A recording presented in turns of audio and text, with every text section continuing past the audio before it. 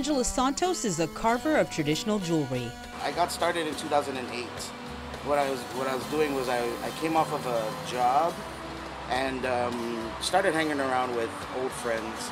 And they were mainly over at the shop in Minilao, and the name of the shop is Guinahan Chamorro.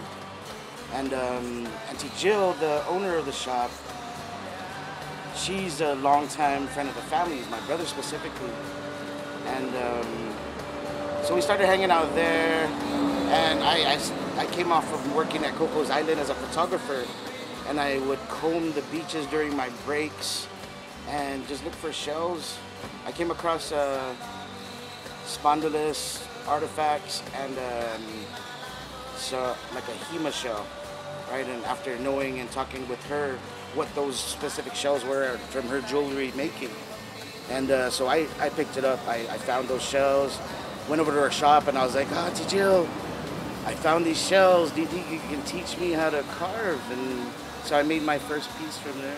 Countless pieces later, you can find Angela at Second Katuran Chamorro at Oka Point, practicing, promoting, and perpetuating the art. I just wanted to really connect with my ancestors through carving.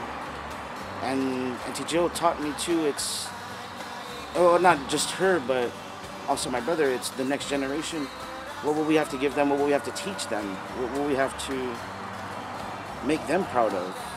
Angela is the youngest of 9 siblings. Her brother is the late Senator Angel Santos, and like her brother, she is an activist. She took some months off to mourn her father's passing, but recently rejoined the fight. I was involved with Independent Guam, Nation Chamorro, Nation Samoru, and when they do get together, but they're always out when they need to be, right?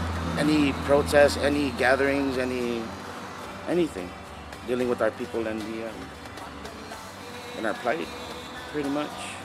And then Patela Texan, I'm somewhat involved, but I mean, whenever they do have, I started back just recently, maybe 2 weeks ago, or last week, when they had the candlelight vigil over at the lookout for the Patela Texan. And so that's the first event I came out to since the passing of my father last April.